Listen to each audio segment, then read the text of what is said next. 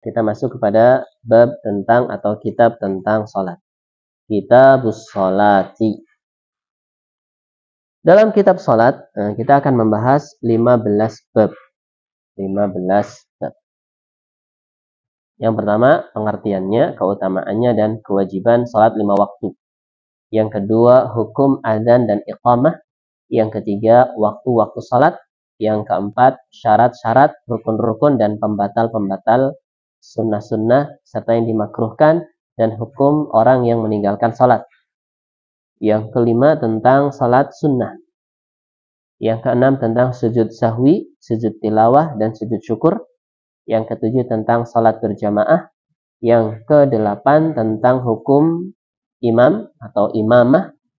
Yang kesembilan, salat orang yang punya uzur. Kemudian yang ke-10, salat Jumat. Yang ke-11, salat takut atau khauf. Yang ke-12, salat 2 hari raya. Yang ke-13, salat meminta hujan. Yang ke-14, salat kusuf atau gerhana. Yang ke-15, salat jenazah dan hukum-hukum seputar jenazah. Jadi ada lumayan banyak, 15 bab. Kita bahas satu persatu. Yang pertama tentang pengertian salat. Keutamaannya, wajibnya salat yang 5 waktu. Yang pertama pengertian. Salat secara bahasa artinya doa. Fa inna salatakum, bagaimana ayatnya? Fashalli alaihim fa inna salatakum fa inna salataka sakanul lahum. Maka berdoalah untuk mereka. Sesungguhnya doamu ketenangan bagi mereka. Jadi secara istilah salat artinya doa. Secara bahasa salat artinya doa. Adapun secara istilah syariat, salat adalah ibadatun dzatu aqwalin wa af'alin makhsusah. Suatu ibadah yang memiliki perkataan-perkataan dan perbuatan-perbuatan yang dikhususkan. Muftatihatun bitakbir, diawali dengan takbir. Muhtatimatun, diakhiri dengan bitaslim, dengan salam. Secara rinci akan kita bahas di bab-bab setelahnya tentang keutamaannya terlebih dahulu. Salat termasuk rukun Islam yang paling muakkad atau yang paling ditekankan setelah 2 syahadat. Dan salat merupakan amudul Islam, tiangnya agama Islam. Allah Ta'ala telah menfardukan atau mewajibkan salat 5 waktu terhadap Nabi Muhammad sallallahu alaihi wasallam dan juga umatnya di malam Mi'raj. Apa artinya Mi'raj? Naik. Mi'raj artinya naik. Kalau Isra, perjalanan malam. Di Isra, perjalanan malam dari Mekah ke Palestina atau di Baitul Maqdis, di Masjidil Haram ke Baitul Maqdis, itu Isra. Dan Mi'raj artinya naik. Naik ke atas, ke langit ke-7. Di malam Mi'raj tersebut Allah Ta'ala fardukan salat 5 waktu di atas langit yang 7. Semua langit yang jumlahnya 7 ada di bawah, ketika itu posisinya di bawah Nabi sallallahu alaihi wasallam. Karena Nabi diangkat ke langit untuk menerima fardu atau kewajiban salat fardu 5 waktu di antaranya. Tanpa perantaraan malaikat Jibril. Tanpa perantaraan malaikat Jibril. Adapun puasa kan lewat wahyu. Ya ayyuhalladzina amanu kutiba alaikumusiyam. Zakat juga lewat wahyu. Adapun salat langsung tanpa perantaraan malaikat Jibril. Ini menunjukkan urgensi salat dalam kehidupan seorang muslim. Dan Nabi sallallahu alaihi wasallam ketika ditimpa suatu kesedihan, perkara-perkara yang menyulitkan, memberatkan, maka beliau menuju salat. Salat sunnahnya. Berkaitan dengan rukun Islam yang 5 apa 6 ya?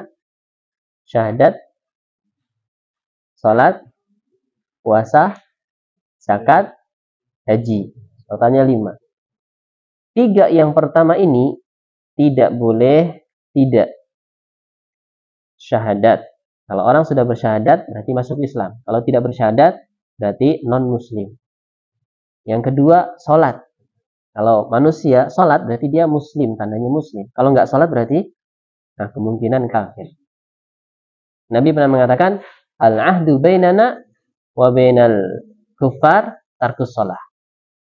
Perjanjian antara kita, artinya yang membedakan antara kita dengan orang-orang kafir adalah meninggalkan sholat. Faman tarakaha faqad kafar. Nabi pernah mengatakan, barang siapa yang meninggalkan sholat, maka dia telah kafir. Kemudian yang ketiga, apa nih ya? Zakat. Meninggalkan zakat. Abu Bakar As-Siddiq radhiyallahu ta'ala anhu memerangi orang-orang yang tidak mau membayar zakat. Boleh diperangi orang yang tidak bayar zakat. Kaitan dengan meninggalkan salat nanti ada pembahasan tersendiri. Ada khilaf di antara para ulama tentang hukum orang yang meninggalkan salat. Ada yang mengatakan dia kafir, ada yang mengatakan dirinci. Kalau sampai mengatakan salat tidak wajib baru dikafirkan. Kalau malas tidak salatnya tapi masih meyakini kewajibannya, ada yang mengatakan tidak dikafirkan. Kita kembali ke sini. Keutamaan salat merupakan rukun Islam yang sangat ditekankan. Bahkan di urutan kedua setelah 2 syahadat. Dan salat itu tidak pernah ditinggalkan seorang muslim selama akalnya masih apa ya? Masih berfungsi. Masih waras. Tidak pikun, tidak tidur, tidak gila. Nabi SAW pernah bersabda berkaitan dengan keutamaan salat. As-salawatul khamsu wal jum'atu ilal jum'ati. Yang pertama salat-salat yang 5. Subuh, zuhur, asar, maghrib dan isya. Wal jum'atu ilal jum'ah. Dan salat jum'ah menuju salat Jumat berikutnya. Wa Ramadan ila Ramadan. Kemudian puasa Ramadan ke Ramadan berikutnya. Mukaffiratun lima bainahun. Sebagai penghapus dosa yang terjadi antara ibadah satu kepada ibadah yang lain. Jadi salat zuhur meleburkan dosa yang dilakukan setelah salat subuh. Salat subuh meleburkan dosa yang dilakukan setelah salat isya. Salat isya meleburkan dosa yang dilakukan setelah maghrib.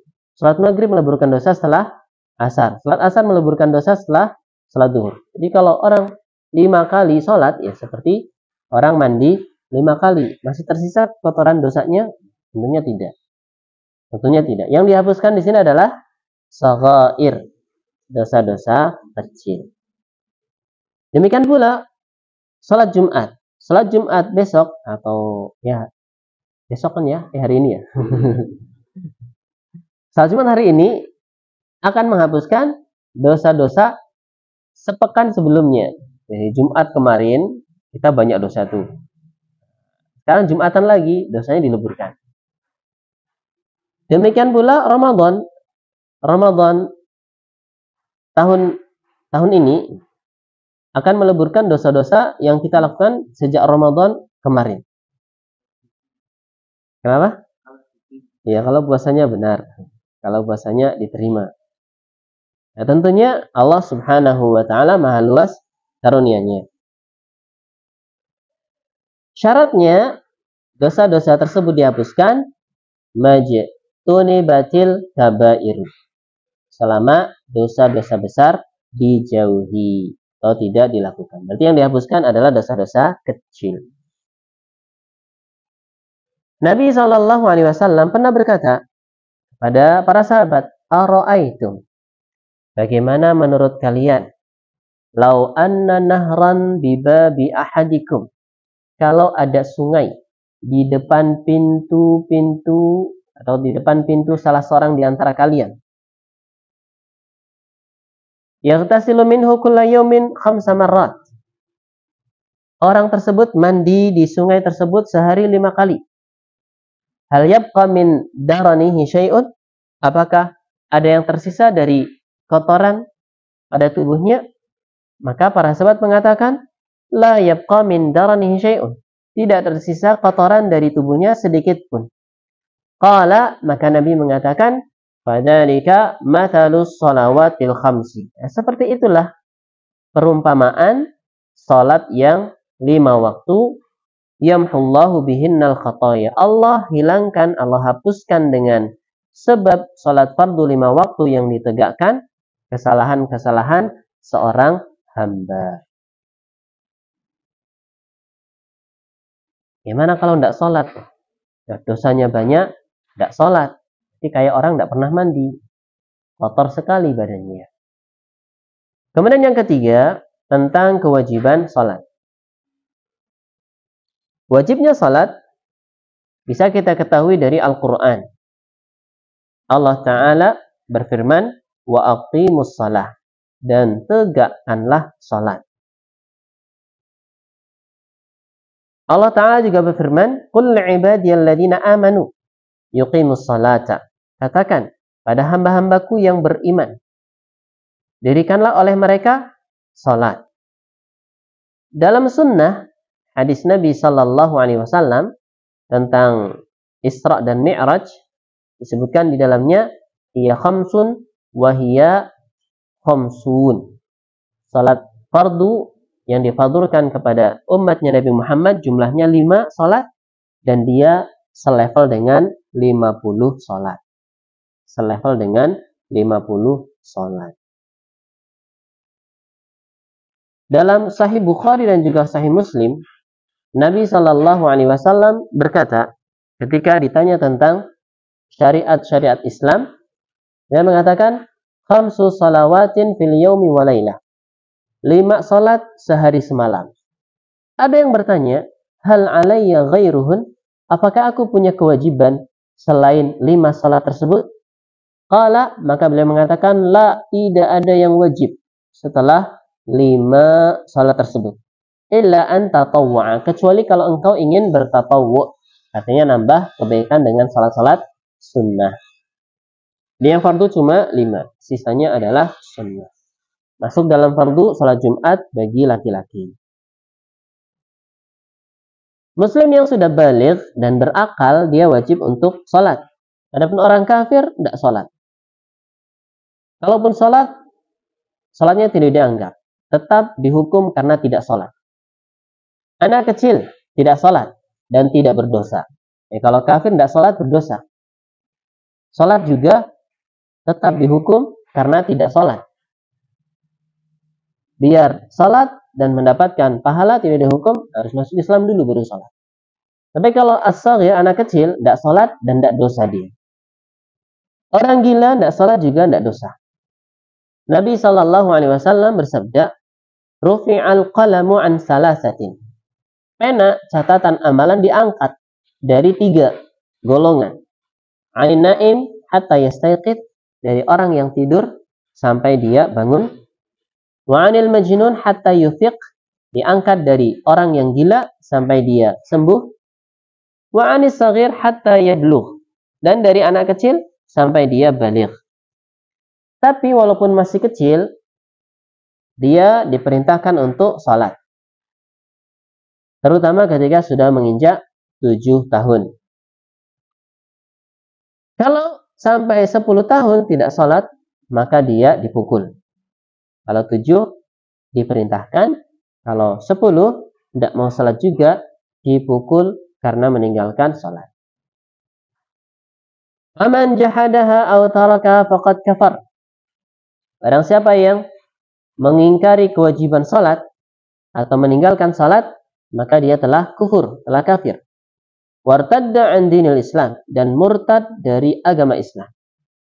Nabi Sallallahu Alaihi Wasallam mengatakan, al-ahdul ladzi bainana wa bainahum, perjanjian antara kita dan antara mereka orang-orang kafir, as-salatu, adalah salat. Yang membedakan antara kita dengan mereka orang kafir adalah salat. Faman tarakaha faqad kafara. Siapa yang meninggalkannya, maka dia telah kafir. Dalam buku ini diambil pendapat yang tegas. Meninggalkan salat kafir tanpa dirinci. Walaupun ada yang merinci. Kalau tidak mengingkari kewajibannya tetap muslim. Tapi kalau sampai mengingkari kewajibannya maka dianggap kafir. Berarti yang kadang salat kadang enggak masih dianggap muslim. Tidak salat seumur hidupnya walaupun KTP-nya muslim maka dia tidak dikatakan muslim. Selesai pembahasan tentang bab yang pertama. Beranjak kepada bab yang kedua tentang adzan dan iqamah. Sebelum kita beranjak adzan dan iqamah, mungkin ada pertanyaan? Pengertian salat, kemudian hukum salat, hukum orang yang meninggalkan salat, siapa yang berkewajiban salat, dan seterusnya. Tidak ada? Tidak ada. Kita beranjak kepada adzan dan iqamah. Yang pertama pengertian adzan dan iqamah dan hukum keduanya. Adzan secara bahasa artinya i'lam. I'lam artinya i'lan. I'lan artinya iklan. Iklan artinya pemberitahuan. Ya, adzan artinya pemberitahuan masuknya waktu sholat. Jadi kalau adzannya kok telat, ini bermasalah ya. Karena adzan itu pemberitahuan waktu sholat. Bukan pemberitahuan mau sholat, bukan. Tapi pemberitahuan masuk waktu sholat. Walaupun sholatnya sejam setelahnya, azannya tetap ketika awal masuk waktu sholat. Sebisa mungkin demikian. Kalau di awal waktu belum sempat, ya tetap adzan. Tetap adzan. Adzan secara bahasa artinya pemberitahuan. Allah Ta'ala berfirman, wa adzanun minallahi wa rasulih. Dan pemberitahuan dari Allah dan Rasulnya. Artinya i'lam, pemberitahuan. Secara syariat, nah ini yang perlu kita fokuskan. Adzan adalah al-i'lam bidukhuli waqti shalah bidzikrin makhsusin. Pemberitahuan masuknya waktu salat dengan zikir yang tertentu. Jadi bukan masuk waktu salat, bukan. Ini pemberitahuannya dengan cara yang sudah disyariatkan. Adapun iqamah secara bahasa artinya menegakkan atau menjadikan orang yang duduk menjadi berdiri, namanya iqamah, atau menegakkan orang yang duduk. Secara syariat, i'lam bil qiyam ila salat, pemberitahuan untuk berdiri menuju salat dengan zikir tertentu yang sudah disebutkan di dalam syariat. Ada yang tidak bisa adzan? Bisa semua lah ya. Allahu Akbar, Allahu Akbar. Berapa kali? 2 apa 4? Allahu Akbar 4 kali. Jadi kalau Allahu Akbar 2 kali. Berarti totalnya 4 takbir ya. Syahadat, asyhadu an la ilaha illallah 2 kali. Syahadat wa asyhadu anna Muhammad Rasulullah juga 2 kali. Hayya 'alas shalah 2 kali. Hayya 'alal falah 2 kali. Kalau iqamah takbirnya berapa kali? 2 kali. Asyhadu an la ilaha illallah sekali. Asyhadu anna Muhammad Rasulullah sekali. Kemudian tanpa hayya 'alas shalah sekali.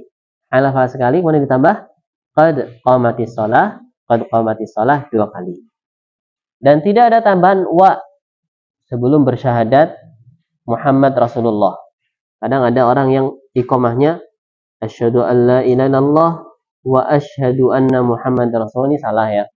Tanpa wa. Asyhadu an la ilaha illallah asyhadu anna Muhammad Rasulullah. Tanpa ada wa.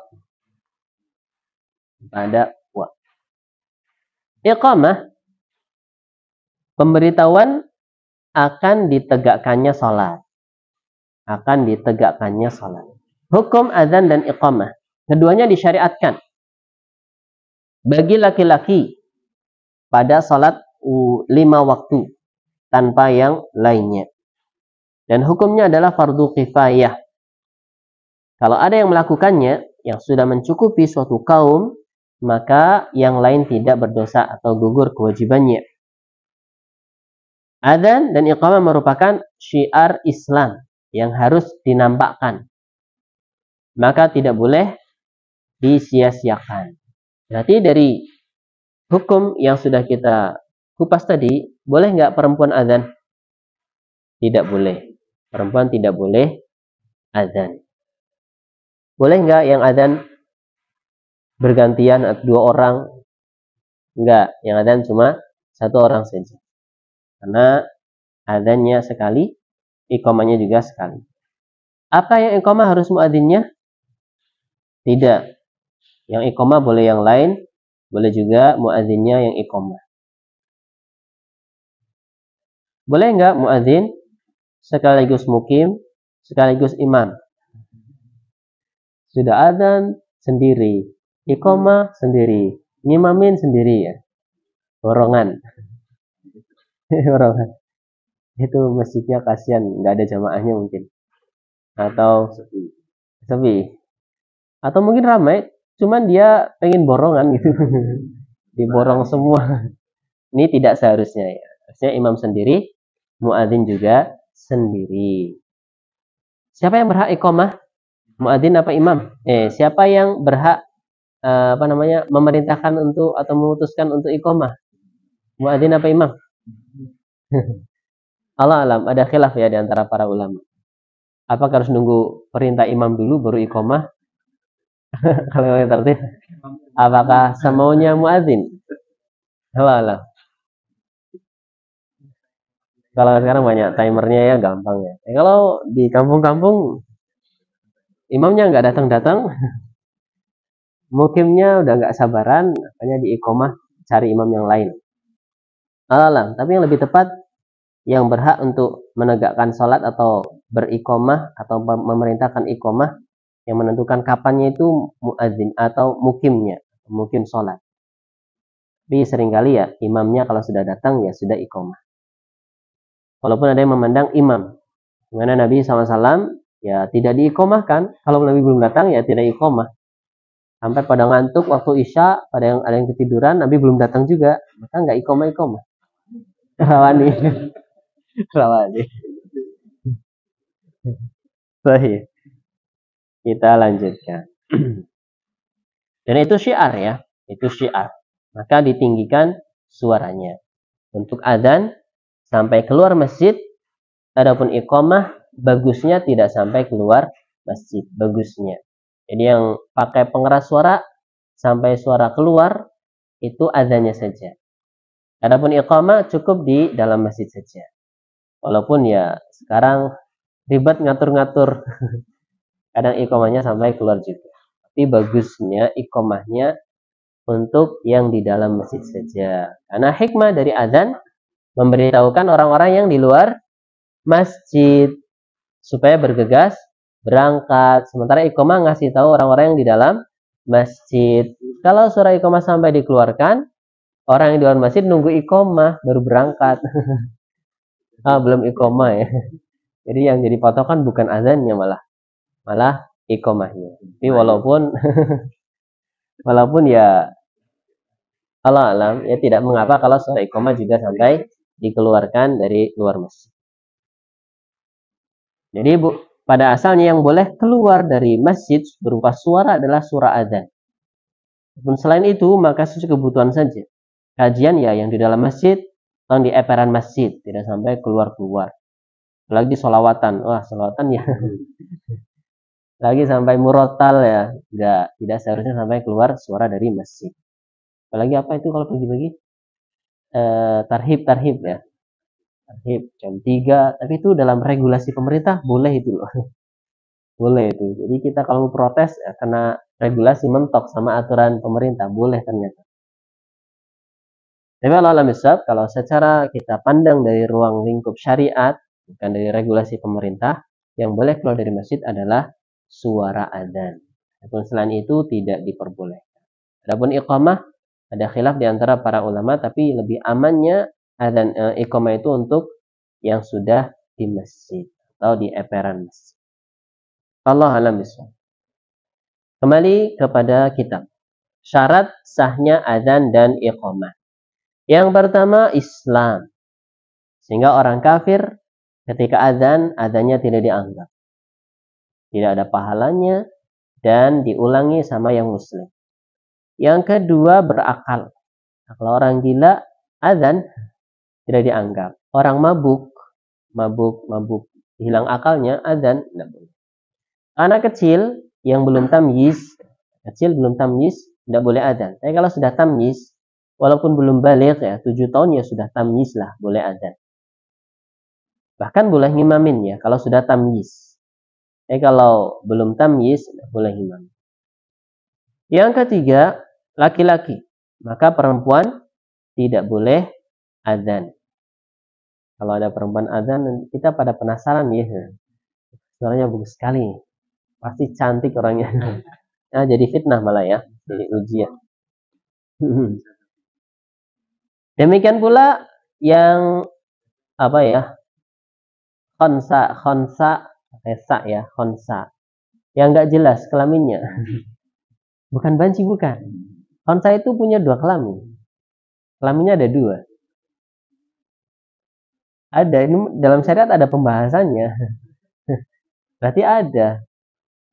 Itu dihukumi laki-laki atau perempuan ya, ada khilaf nanti. Kalau keluar air pipisnya dari kelamin laki-laki berarti dihukumi laki-laki. Kalau keluarnya dari kelamin perempuannya berarti dia dihukumi perempuan. Nah, itu agak repot itu nanti. Tapi ini jarang terjadi. Kalau banci dia bukan khonsa. Banci itu masuk dalam laki-laki yang menyerupai wanita. Dihukumnya bukan khonsa. Dia dihukumi apa ya? Yaitu mutasyabbihat bin nisa. Mutasyabbihuna bin nisa. Laki-laki yang menyerupai wanita. Kalau wanita yang menyerupai laki-laki, ya masuk juga orang-orang yang dilaknat oleh Allah Subhanahu wa ta'ala. Jadi yang khonsa itu memang kelaminnya 2. Kelaminnya memang 2. Kalau transgender dihukumi sebelum ditranskan. Walaupun sekarang nggak ada tiangnya misalnya, maka dia dihukumi laki-laki.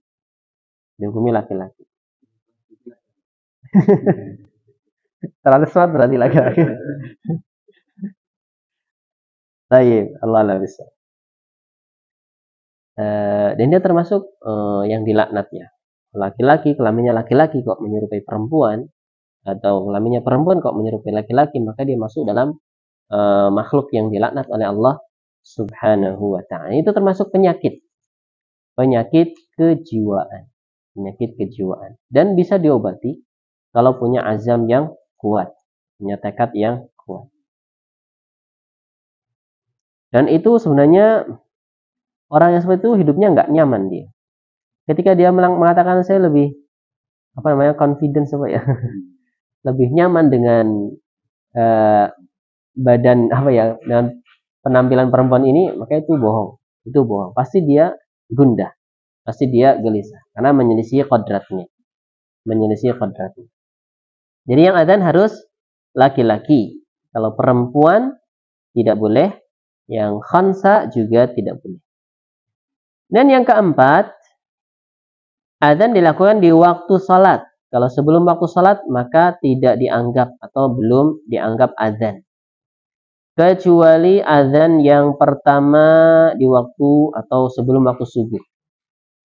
Nah, muadzinnya Nabi ada 2. Ada Ibnu Ummi Maktum, sama ada satu lagi siapa?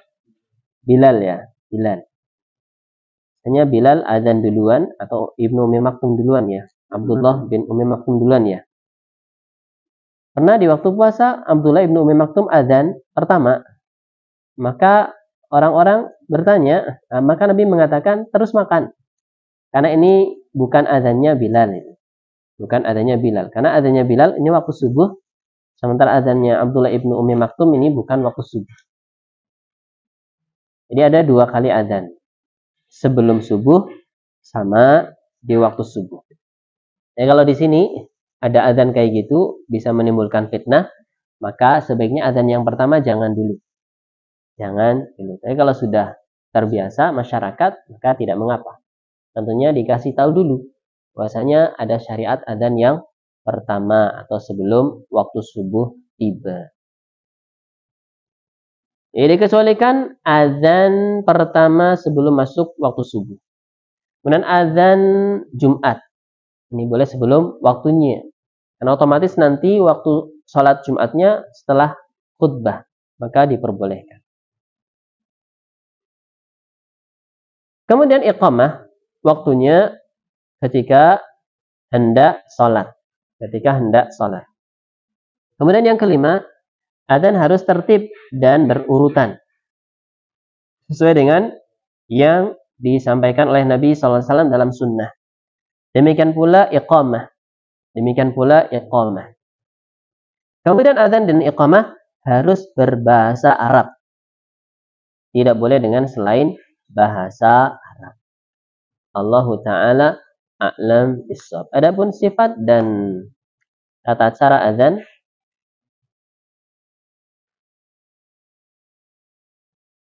atau sifat muadzinnya, sifat muadzin akan kita bahas di pertemuan selanjutnya. Barangkali ada pertanyaan, dipersilahkan. Ya, silakan Mas Ikhwan. Monggo.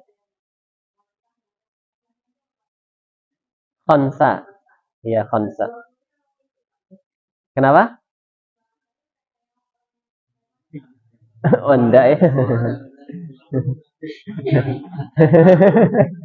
Coba dilihat.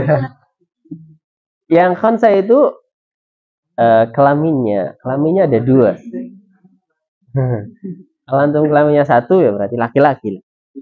Laki-laki.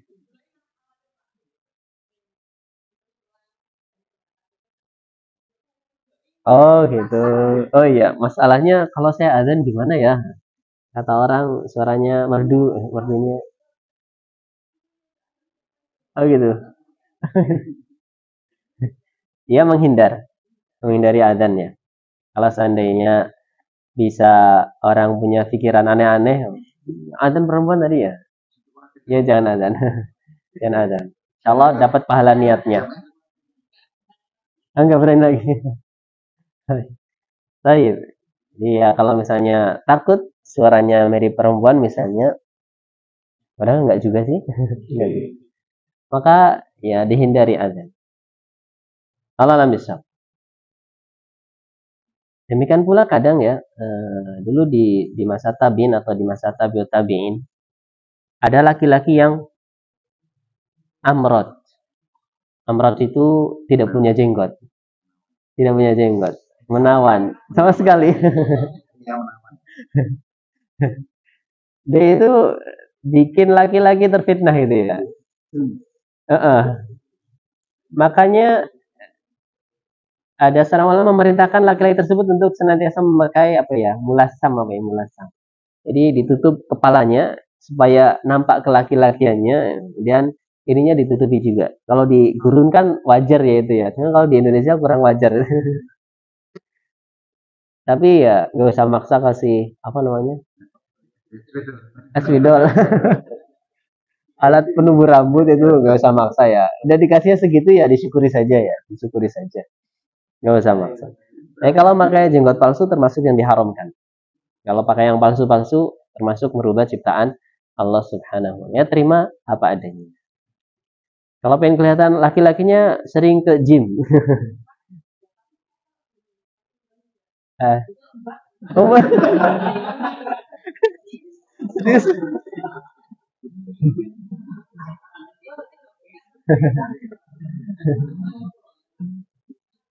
Biar kelihatan laki-lakinya gimana? Pakai baju army ya. Pakai baju army. Gimana solusinya ini buat Mas Ikhwan? Pakai baju akulana. Itu di belakangnya jagoan papa gitu ya tulisannya. Khairan insyaallah. Disyukuri yang Allah beri kepada kita. Ada solusi nih buat Mas Ikhwan nih. Tapi itu jarang-jarang kan lah. Nggak selalu ya. Nggak selalu. Kenapa? Allah alam bisa. Mungkin ada yang lain seputar adzan, iqamah dan juga pengertian salat. hukum adzan dan salat. Adapun sifat-sifat muadzin nanti insyaallah akan dibahas di pertemuan selanjutnya. Cukup sampai di sini. Kurang lebihnya mohon maaf. Subhanakallahumma bihamdika asyhadu an la ilaha illa anta astaghfiruka wa atubu ilaik. Assalamualaikum warahmatullahi wabarakatuh.